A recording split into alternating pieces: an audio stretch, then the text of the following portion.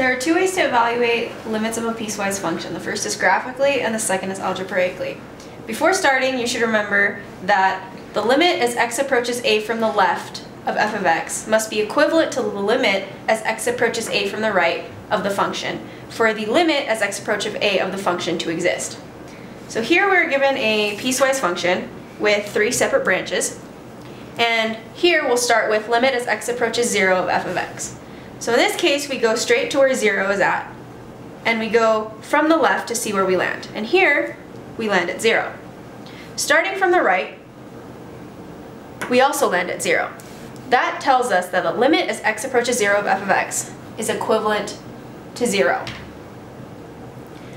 We do the same exact thing for part B, where it says the limit as x approaches 7 of the function is equivalent to what? Here, we go from the left of 7 and from the right of 7. This point here, which is at 2.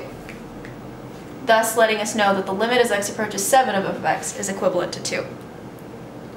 For this next part, it wants us to find the limit as x approaches negative 2 from the left of the function. So we go to negative 2, and we approach from the left. Right here. This is at 2. Therefore, this limit is equivalent to 2.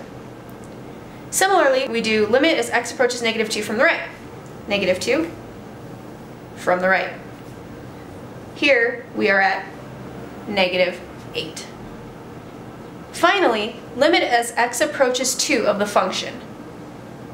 This we have to go to 2, and we go from the left, so limit as x approaches 2 from the left of f of x is equivalent to 8.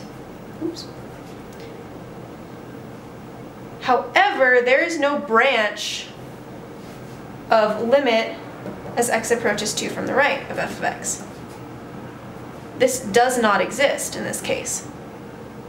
Remember earlier we said the limit as x approaches a from the left, so 2 is our a in this case, has to be equal to the limit as x approaches a from the right for this limit to exist. Because these two are not the same, this limit does not exist.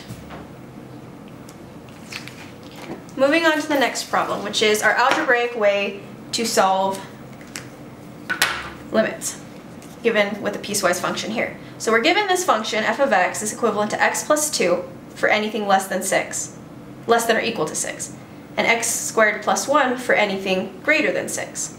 Before starting, you should know that x approaches a from the left implies x is less than 8. If x approaches a from the right, this implies that x must be greater than a. So for our first part, we're given limit x approaches 6 from the left of f of x. This lets us know that x should be less than 6. So we're going to the branch where it states this, which is this part right here. So this then is equivalent to limit as x approaches 6 from the left of x plus 2. From here we can treat it like a regular limit and substitute 6 wherever there are x's. So we're given 6 plus 2, which is equal to 8. For part B, limit as x approaches 6 from the right f of x. This lets us know that x must be greater than 6. So we're going to use the second branch right here. So we can rewrite the limit as x approaches 6 from the right, x squared plus 1. Oh, x squared minus 1. Oops. 6 squared minus 1 is equivalent to 36 minus 1, which is 35. Now earlier we stated what's required to have a limit. So we need to say that limit as x approaches 6 from the left of f of x, which we found is 8, must be equivalent to limit as x approaches 6 from the right, f of x, to have this limit and for this limit to exist. 8, however, does not equal 35, letting us know that limit as x approaches 6, f of x does not exist.